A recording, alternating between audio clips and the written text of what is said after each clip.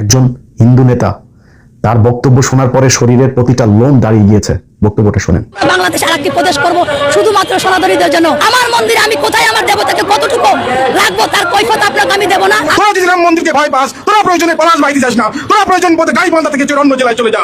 রাম মন্দির প্রতিষ্ঠা হবে, এই বাংলাদেশে রাম মন্দির প্রতিষ্ঠা কেউ ঠেকাতে পারবে না। এই সমস্ত বক্তব্য কার ইন্ধনে দিতে আছেন? কোন দেশের ইন্ধনে দিতে আছেন?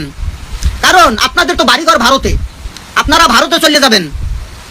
যখন আপনাদেরকে ধাওয়া দিবে তখন তো আপনারা ভারতে চলে যাবেন। এইখানে বাংলাদেশের যে সাধারণ হিন্দু তাদের অবস্থা কি হবে? চিন্তা করেন, বাংলাদেশে বসা বাংলাদেশের 92% মানুষকে বলে এই দেশ থেকে তাদেরকে চলে যেতে হবে তাদের রাম মন্দির বানানোর জন্য। শেখ হাসিনা প্রেসিডেন্ট ছিল, প্রধানমন্ত্রী ছিল, উনি কি মুসলিম না হিন্দু? মুসলিম না। উনি অন্যায় করছে, ওনারা বের করে দিলে সমস্যা নাই, কিন্তু একজন হিন্দু অন্যায় করলে ওরা বের করে দিলে সমস্যা। চলছে বড় ধরনের ষড়যন্ত্র। বাংলাদেশকে দ্বিখণ্ডিত করার এই ষড়যন্ত্রে যুক্ত রয়েছে বাংলাদেশের সংখ্যালঘু সম্প্রদায়, যারা চাচ্ছে এখন আলাদা একটি প্রদেশ গঠন করে তারা বাংলাদেশে আলাদাভাবে থাকতে। যদি সেটি হয় তাহলে দেশের বর্তমান যে রাজনৈতিক প্রেক্ষাপট সেটি নিয়ে এখন দুশ্চিন্তার ভাঁজ রাজনৈতিক মহলে। কি হতে যাচ্ছে দর্শক? হঠাৎ করে ভারতের ইন্ধনে যারা বাংলাদেশে থেকে এতটা শান্তির বুকে থেকেও যাদের মনে এমন প্রশ্নের সৃষ্টি হয়েছে, তারা কি সত্যি দেশের মঙ্গল কামনা করে, নাকি আবারও কোনো স্বৈরশাসককে দেশে ফিরিয়ে এনে নতুন করে তারা কোনো অঙ্ক কষতে চাচ্ছেন? বিস্তারিত দেখবেন আজকের এই ভিডিওতে। কোথা থেকে উঠে আসলো এই ধরনের উশৃঙ্খল কিছু সংখ্যালঘু?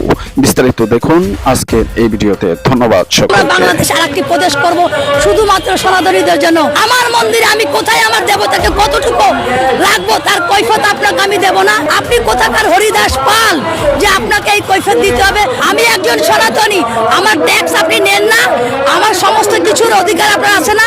তাহলে আপনি যখন নিচে মসজিদ থাকার পরেও রাস্তায় যখন নামাজ পড়েন তখন আমরা কি কখনো বলেছি যে এই রাস্তায় নামাজ পড়া যাবে না? এই রাস্তাটা তো আমাদেরও, কিন্তু আমরা মানবিকতা দেখাই। আপনাদের মধ্যে কোনো মানবিকতা নাই। আমার মন্দিরে আমার বাড়িতে আমি কিভাবে আমার রাম দেবতাকে স্থাপন করব, কতটুকু করব, এর কৈফিয়ত নিশ্চয়ই আমি আপনাদেরকে দিব না। আপনি কোথাকার হরিদাস পাল যে আপনাকে এই কৈফিয়ত দিতে হবে? আপনাদের বলতে চাই এই বাংলাদেশ আমার, আদি বাংলাদেশ আমার। আপনারা যদি বেশি বাড়াবাড়ি করেন, আমরা কিন্তু বিভিন্ন মানবতা বিভিন্ন বিশ্বের দেশ থেকে সাহায্য চেয়ে আমরা বাংলাদেশ আরেকটি প্রদেশ করব শুধুমাত্র সনাতনীদের জন্য। আমরা কিন্তু সেটা চাই না, কিন্তু আপনারা যে ব্যবস্থা করতেছেন একসময় কিন্তু এরকমই হবে, সনাতনীদের আলাদা একটি প্রদেশ হয়ে যাবে। তাই বলতে চাচ্ছি এখনো ভালোই অতীতে যেরকম আমরা হিন্দু মুসলিম খ্রিস্টান বৌদ্ধ মিলে একত্রিত থাকতাম, এখনো আমরা থাকতে চাই। আর আমার মন্দিরে আপনাকে নিমন্ত্রণ আমরা করলাম, আপনার ভালো লাগলে আসবেন, না লাগলে আসবেন না, কিন্তু আমার মন্দিরে আমি কোথায় আমার দেবতাকে কতটুকু রাখবো তার কৈফিয়ত আপনাকে আমি দেব না। আপনার হরিদাস পালকে আমরা গণনা করি না। অতএব এমন কিছু করবেন না, হিন্দু মুসলিমের দাঙ্গা বাঁধাবেন না। এই দাঙ্গা বাঁধালে কিন্তু আপনারা পার পেয়ে যাবেন না। আপনারা দুইটা মারবেন, আমরা একটা মারবো, কিন্তু আমরাও মারবো। আপনারা মৌলবাদীদের মুখের কথা একরকম, তারা মুখে বলতেছে আমরা সকলে সমান, কিন্তু তারা সবচেয়ে বেশি আমাদের ঘৃণা করতেছে, আমাদের ক্ষতি করতেছে।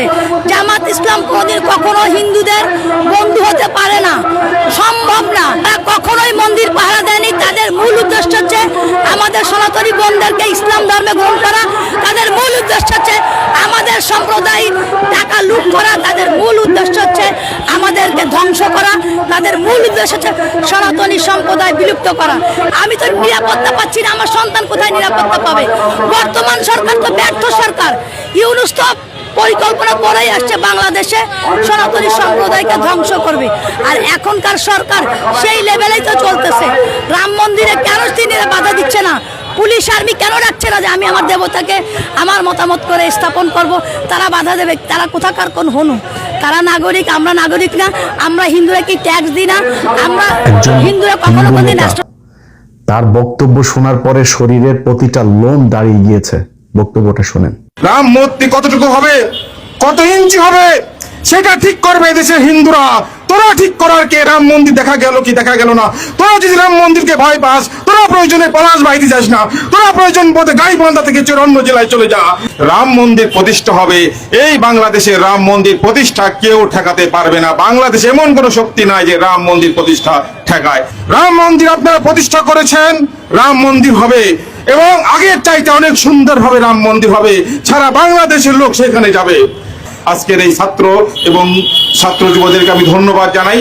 অল্প সময়ের মধ্যে একটি প্রতিবাদ তারা করেছে, প্রতিবাদের সূচনা তারা আজকে করেছে এবং ঘোষণা দিয়েছে যতদিন পর্যন্ত পলাশবাড়ীতে রাম মন্দির নির্মাণ না হবে ততদিন পর্যন্ত এই ছাত্র জনতা সারা বাংলাদেশে আন্দোলন করবে। যেহেতু তারা ঘোষণা দিয়েছে, আমি এই দেশের হিন্দু ছাত্র এবং যুবদেরকে চিনি, যেহেতু তারা ঘোষণা দিয়েছে তারা এই ঘোষণার ফল না পাওয়া পর্যন্ত ঘরে ফিরবে না, এটা আমার বিশ্বাস।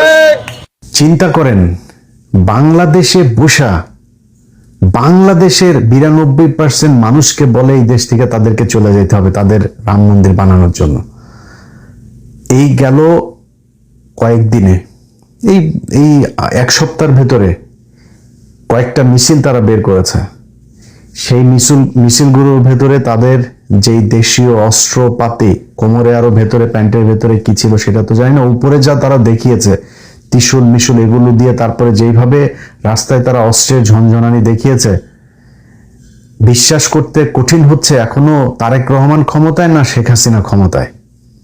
এই দেশের আইন না মেনে তারপরে তারা বলবে যে একটা ধরে মুসলমান ধর, তাদেরকে এই কর সেই কর, এই ধরনের প্রকাশ্যে মিছিল করেছে তারা। শুনেন মিছিলের সে ভাষাগুলো।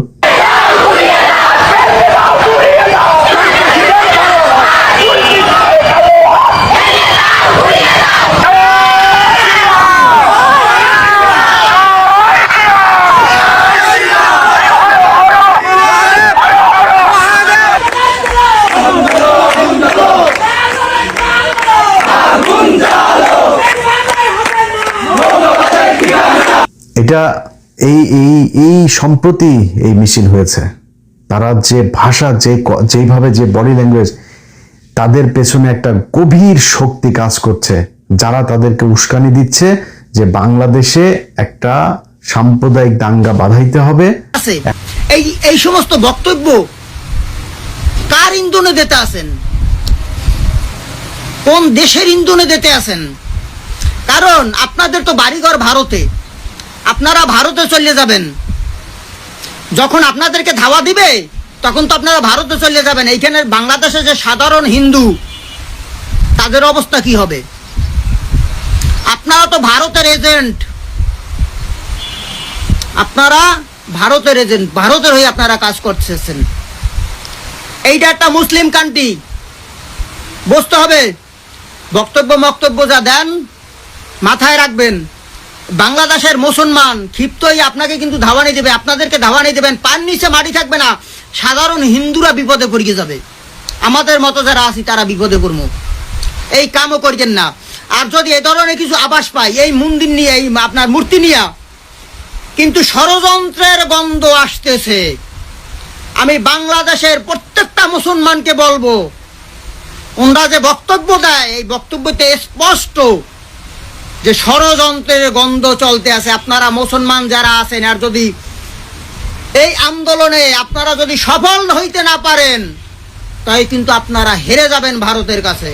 আর ভারতের কাছে হেরে যাওয়া মানে আপনাদের অস্তিত্ব বিনাশ হয়ে যাবে। তাই বাংলাদেশের প্রত্যেকটা মুসলমানকে বলবো, ওরা যেভাবে বক্তব্য দিতে আছে, ওরা যেভাবে কাজ করতেছে, আপনারা সঠিকভাবে রাস্তায় নামেন। ওদের পরিকল্পনা সফল হইতে দেওয়া যাবে না। আমি হিন্দু মানুষ বললাম, আমি আপনাদের পাশে থাকবো, প্রথম সারিতে থাকবো। আমি ওয়াদা দিলাম আপনাদের কাছে। যদি আমি আমার আপনি যদি ঘুমিয়ে থাকেন তাহলে আমার এখানে বলার কিছু নাই। কাছে তথ্য কারা দেয়? আমি তো বললাম, আপনি আমাকে প্রশ্ন করতেছেন কোন ডিস্ট্রিক্টে হয়নি, আপনি আমাকে সেই ডিস্ট্রিক্টের নামটা বলেন। রংপুর, খুলনা, সম্প্রতি বলতে কোথায় বলছেন? কোন ডিস্ট্রিক্টে মুসলিমের উপরে হয় নাই? শেখ হাসিনা প্রেসিডেন্ট ছিল, প্রধানমন্ত্রী ছিল, উনি কি মুসলিম না হিন্দু? মুসলিম না। উনি অন্যায় করছে, ওনারে বের করে দিলে সমস্যা নাই, কিন্তু একজন হিন্দু অন্যায় করলে ওরা বের করে দিলে সমস্যা। আপনাদের সাইনবোর্ডটাই আগে হচ্ছে, সাইনবোর্ডটা পাল্টান। সাইনবোর্ডের মধ্যে লেখা আছে হিন্দু বৌদ্ধ খ্রিস্টান ঐক্য পরিষদ। কেন রে ভাই, আমরা কি দোষ করলাম? আমরা তোমাদের ভাই না? আমরা তোমাদের ভাই না? এটা হওয়ার দর্শক, দরকার। এতক্ষণ পর্যন্ত যে সকল নেতা বা নেতৃত্বের বক্তব্য শুনলেন, তাদের বক্তব্য শোনার পরে আপনাদের কি মনে হয়? তারা কি আসলেই দেশের মঙ্গল কামনা করছে, নাকি কাউকে উস্কে দিচ্ছে এবং দেশের ভিতরে একটি অশান্তি অরাজকতা সৃষ্টি করার সর্বোচ্চ পায়তারা চালাচ্ছে? কে দিচ্ছে তাদেরকে মদত? অনেকেই মনে করছে ইন্ডিয়া রয়েছে এর পিছনে সবচেয়ে বড় হাত।